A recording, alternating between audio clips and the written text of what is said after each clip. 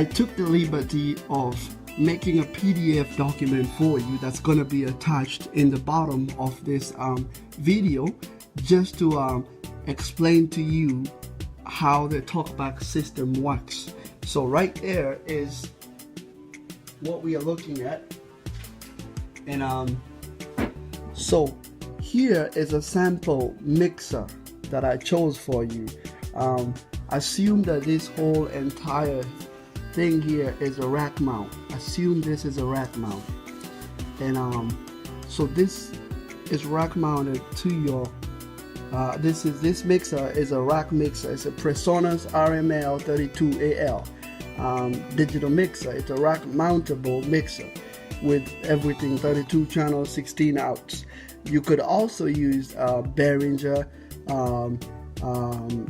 X32 rack, and possibly use a digital snake if you want to make it 32 channels. Use an S16 to make it 32 channels.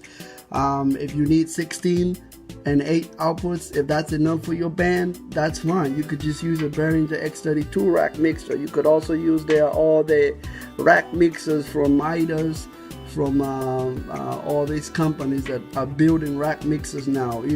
Even Mackie has a rack mixer. Whatever preference of mixer you have, in this scenario today, I am going to recommend using a rack mixer, as your cable management is kept very neat. You don't have big mixers going on top of your rack mount, and the most important thing is you can pre-wire this rack mount at home. You can pre-wire everything, and once you show up to the show, there is no pulling wires. There is no trying to connect your mixer to your headphone amplifier and all that. You don't have to do that stuff. It's already done. That's the wonderful benefit of having a rack mixer. You cannot beat the advantages of it. Your setup time is dramatically reduced to almost get in 30 minutes and ready in 30 minutes, because this is just a very good solution here for anyone in a band. So like I say, today I'm going to be using the PreSonus RML32 digital mixer. I just put this mixer there because I think I am not a PreSonus person that much. I'm a Behringer and Midas guy, but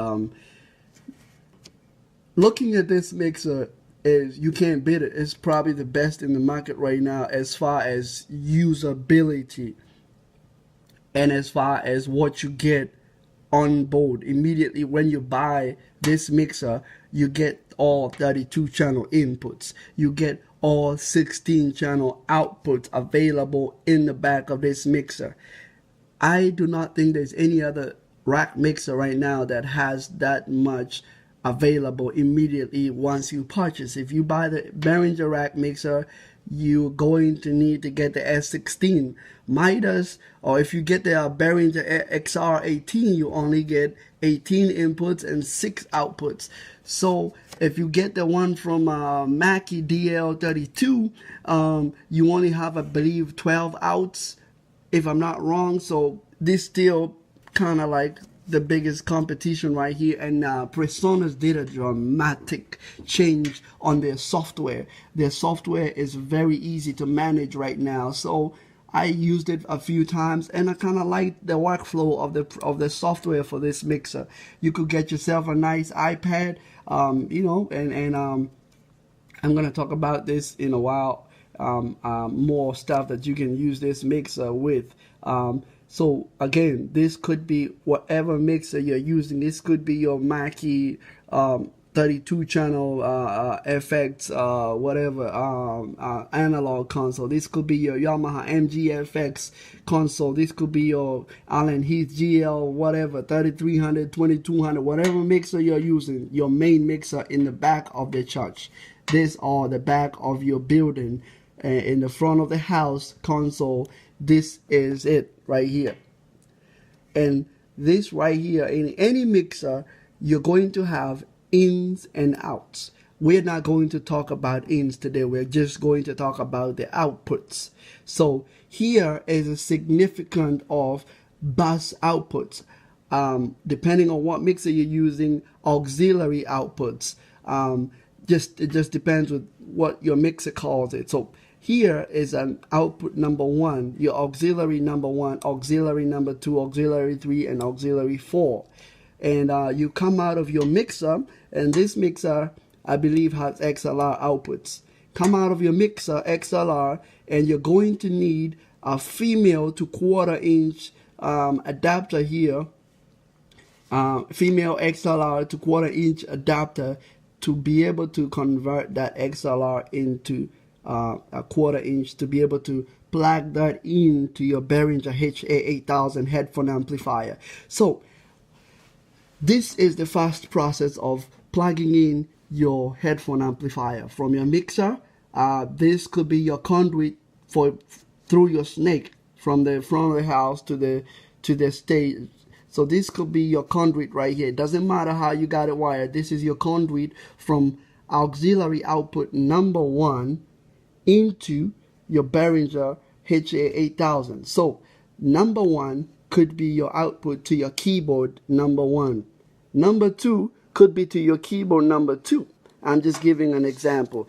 Number 3 could be your output to your let's say the guitar player. Number 4 could be your drummer. Number 5 could be another guitar player. It doesn't matter. All you got to do is repeat this process. Come out of your auxiliary 1 or whatever output you want to select for your, let's say we are assuming this is for the keyboard number 1. So whatever you choose, if you choose to start from number 10, that's fine. Whatever you want to do, that's up to you, you know. So come out of Personas or come out of your mixer into your conduit. This could be your snake, and running through the snake into a return output number 1 into your Behringer HA8000. Now, if you're using it that way, you would then just rack mount these units here together, and this would be your big console. But if you're willing to go with the rack mixer, then all these would stay in the same place on stage. So again, this is your keyboard number 1, keyboard 2, your bass player, and your drummer. Let's say that's what you have in your band today. And all that 1 would become number 1 in your headphone amplifier. Like I showed you, you go into the direct in into your headphone amplifier. Come out of number 2, bass output number 2 into your number 2, in direct number 2 into your headphone amplifier. Come out of bass output or auxiliary number 3 into your direct in your headphone amplifier in number 3. Same process. If you have 8 people on your band that you want to plug it into this headphone amplifier, yes, you can. This amplifier has very good preamps. It has a good gain structure. It will not clip. It will not distort. It can handle the abuse. So you can plug in all that stuff to your headphone amplifier. So by this here, you have successfully eliminated your stage monitors, because now you have converted all your stage monitors, you have taken them out of the stage, and you're now using headphones for your band. This is very imperative, very important for your stage. I have gone to some of these events. I have done some events where the monitors are louder than your main speakers. Half of your musicians are deaf. They just want it louder and more louder and more louder. So it's better to just put it into your headphones. You feel me? It's better to just put it into their headphones. And this eliminates two important things. 1, this will eliminate a lot of feedback issues in your stage. By having your band put on headphones or in-ear monitors, it dramatically reduces the amount of feedback. It also reduces stage noise and bleeding. Now, the bleeding part of it is where the keyboard number 1 monitor is so loud that it's bleeding off into the backup vocalist monitors. And now the backup vocalist monitors, all they can hear is a really loud Yamaha motif. and they can barely hear their vocals because this Yamaha motif going to your power speaker on stage is so loud that it's pretty much overcoming all the vocals. Now, as you know, instruments are just louder than vocals. So if you have a bunch of guitar players and they also have the huge bass combos and guitar combos, you know, on stage, and your stage is only so big, and then you have all these combos making so much noise, and then you have stage monitors making so much noise, at the end of the day it's just too much noise on stage, and the different mixes will bleed into each other. Remember, this keyboard player wants a unique sound onto their headphones or onto their monitor. The bass player wants to hear unique mix onto their headphones or onto their mix. So pretty much, if the keyboard player wants more vocals and the bass player doesn't want no vocals, you can't have all this mixture of bleeding and noises. It just becomes a lot of noise, and you're not making music, you're just making noise. It reaches a certain point where even the engineer is just mad because nothing is working, nothing is blending in the mix. And if it gets to the point where you can actually hear the monitors at the front of the house position, you got a problem. You got to shift to in-ear monitors, and this is a cheap way to do it. Like I say, this mixer is like $1,500. This is like $140. This is $50, and I'm gonna talk about this right now. This is the line mixer, the MX882 I showed you right here. So these right here are microphones. So what you're going to do here is plug in microphones. So we're talking now about the talkback system, right? So these are microphones which, like I say, mics to all the musicians in the band for talkback.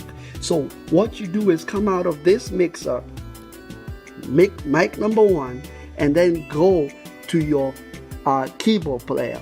Now these microphones are not for singing, they are for communication. So set your cheapest microphones you have, the ones that you don't use. I'm gonna show you one of the microphones I have. Anyway, use a cheap mic. It doesn't have to be a good microphone. Come out of this number one, number two, number three, number four. Go into your musicians.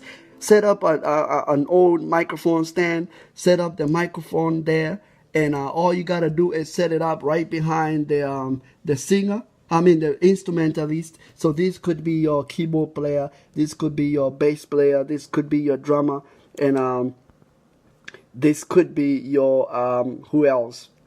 Your guitar player. So what they are going to essentially do is plug in all those microphones, plug in the keyboard player, the bass player, the guitar player, and the drummer. Put microphones like they are about to sing. Set microphones right there for them. Plug all of them into this line mixer or to the old cheap mixer that you never use. Plug them in there and come out of the output, where the output that I showed you, come out of this right here. Where is the diagram showing me coming out of it? Oh, here we go. Yeah, come out of this. So the microphones go into this mixer, and you come out of here and go into, I suppose, for myself, I use channel 32 of your mixer. So now all these four microphones coming from your line mixer and coming from all the musicians on stage, the keyboard player, the drummer, the bass player, the guitar player, whoever else is on stage, all these microphones have gone back into your main mixer. Now, this would probably mean going back through your snake, or, you know, whatever way you want to connect this. If it's a rack mixer, then you're just going to come out of XLR, come out here and go into XLR into your mixer, just like you would plug in a microphone into your mixer. But now channel 32 here, which is what I choose, channel 32, would be all four of these microphones coming from the musicians. Now, here is the magic part of it. It's simple for some of us engineers, but this thing is not that simple for the people who are sound men in churches and stuff. That's why I drew this diagram, just to get everybody to understand. So now channel 32 here is all these 4 microphones coming from the musicians. So now what you do here is route channel 32 into bus number 1, channel 32 into bus number 2, channel 32 into bus number 3, channel 32 into bus number 4, number 5, however many headphones you have on stage. So now channel 32 is the communication between all the band members, all the musicians on stage, going through back into their headphones. So now if this guy talks, what's going to happen is that's going to go into the mixer. You will have set the desired volume levels on this mixer right here. So if this guy talks, it's going to come into this mixer. So like we were discussing, you would plug in your microphones to the line mixer. And here is the line mixer. I'm just going to show you a small sample. And this is an XLR. You are going to just plug in this to channel A on this line mixer. And understand one thing. You could just have a small mixer like this. If you have a small mixer like this somewhere, you could use it. All you have to do is the same example. You would plug in this there, and that would go to a microphone stand by, if you have 4 people, that would go to a microphone stand by the keyboard player. And now the keyboard player can communicate with this microphone. This would talk and come into your small mixer, or come into your or go into your channel 1 on your line mixer right here.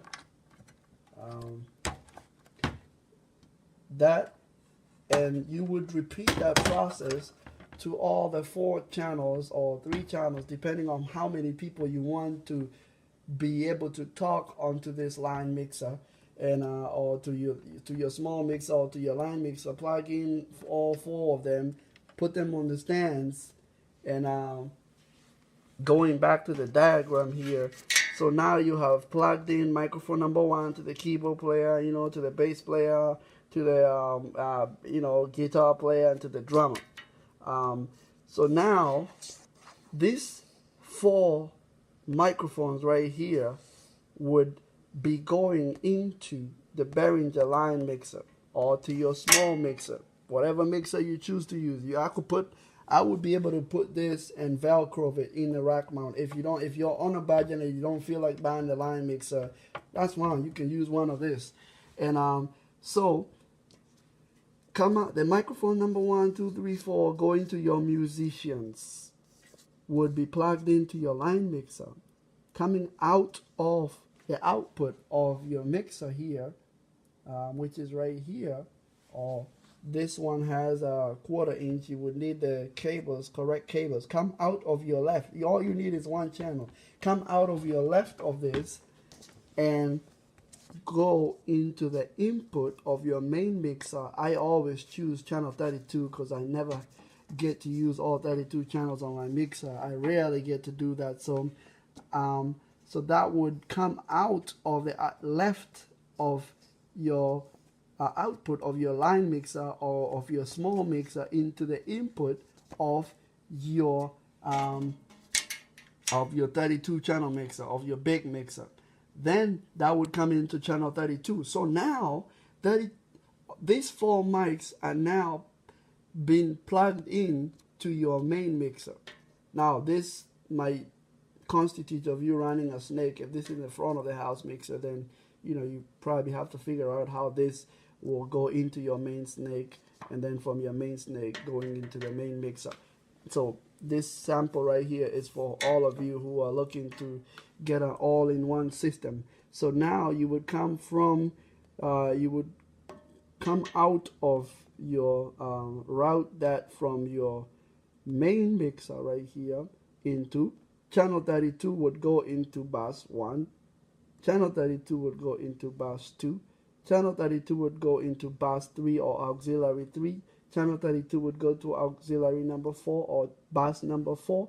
You get the point. So now this microphones will essentially be available into the headphone amplifier. So now if this guy talks, he will talk into the mixer, and it will come out of that mixer and go into channel 32, and you will have routed channel 32 into all the outputs going into the headphone amplifier, going to the musicians. So now if this guy talks, it will go into the mixer, come out of that mixer, go into the big mixer, channel 32, and in return, everybody who is wearing headphones or in-ears can hear what this guy wants to say.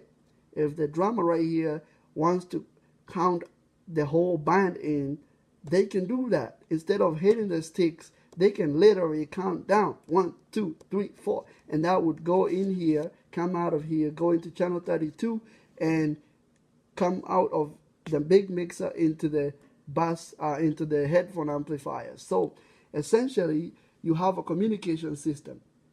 Now, if you want yourself as the engineer, if you're using a Behringer X32, you can set up the Behringer X32 has a microphone on the front, and I believe most of the digital mixers have a microphone, and you can digitally route that microphone to all these outputs. If you have an analog mixer, most of the analog mixers have a talkback.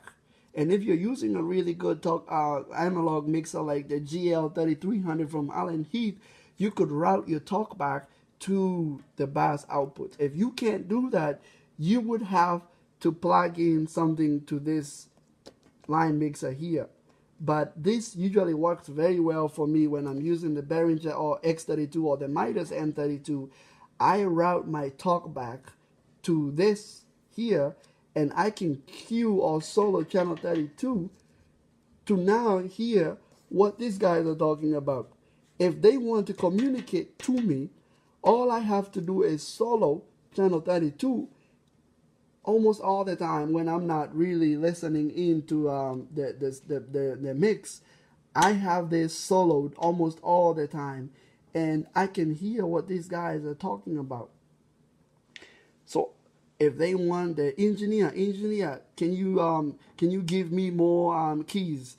If you don't have a way for these guys to control their mixes using their iPhones or something, you could essentially, they could talk to you, and you could solo that, and you can adjust whatever settings they want on their headphones. Now the best thing with this mixers right here is you could have an iPad. You could make sure that everybody in your band can afford an iPad. These days you can buy an iPad for like, what, under $200 sometimes. You could find a used iPad for $200 or something, or your iPhone or something, and you could synchronize that to your PreSonus mixer using your router, and these guys can now adjust their mix independently. They don't have to bug the engineer, because they can adjust their own mix using their phones or using their iPads. So essentially, this would be a rack-mounted system with headphones for up to 8 channels. You could buy the HA4000 if you don't need all 8 channels. The price difference is not that big, so I'll just go ahead and get the 8 channel just in case you needed to add more channels. You have the expandability in the unit. So right here is a sample of what you can use, a cheap way to have an in-ear monitoring system that's all mounted and pre-wired.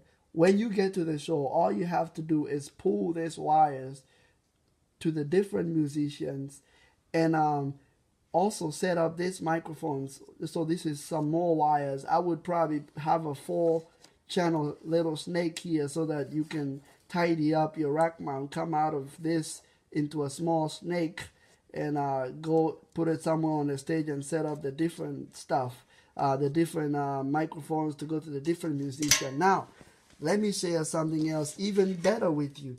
If you can afford to buy one of those cheap wireless microphones, from GTD Audio or Vocal Pro, the ones that come with 4 wireless units, or you could whatever you want. You could buy the good wireless microphones with lapel, cheap ones from Vocal Pro or GTD, and now you could put belt packs. So these would be pre-wired. So this would be a rack mountable wireless microphone. You would rack mount that, and you would connect, the way you will connect, and that would stay connected, and this would communicate wirelessly to your microphones, to your belt pack. So everybody would have belt packs on their, on their shirts or something, or the ones that come to the ones that go to your head, and to your ears and to the front of your mouth. Whatever lavalier microphones you want to use, you could use that. And so all you would do is store the lapel microphones, the lavalier belt packs somewhere. When you get to the show, everybody can grab their lapel mic, and you do not need to pull any other wire but the headphone wires. And all you have to do is pull the headphone wires, power up this system, and you're good to go. One more thing. So I hope you find these videos helpful for you, for all of you sound engineers, for all of you band members. I hope you find these videos helpful for you. If you do, give me a thumbs up, please. Like the video down there. Please subscribe to my channel. Also, if you have any questions about anything audio, mixers, if you're trying to find a cheap product to substitute for something in your sound company, or in you're a beginner DJ and need to learn more about sound, please comment down there. I am going to reply to your messages. I'll try my best. I can even give you a call, because this is what I do full time, so I'm going to be able to help you out with that. Please don't forget to like my page right down there, and also don't forget to subscribe to this channel, The Dream Entertainment. DJ Chasemode. I am out. God bless.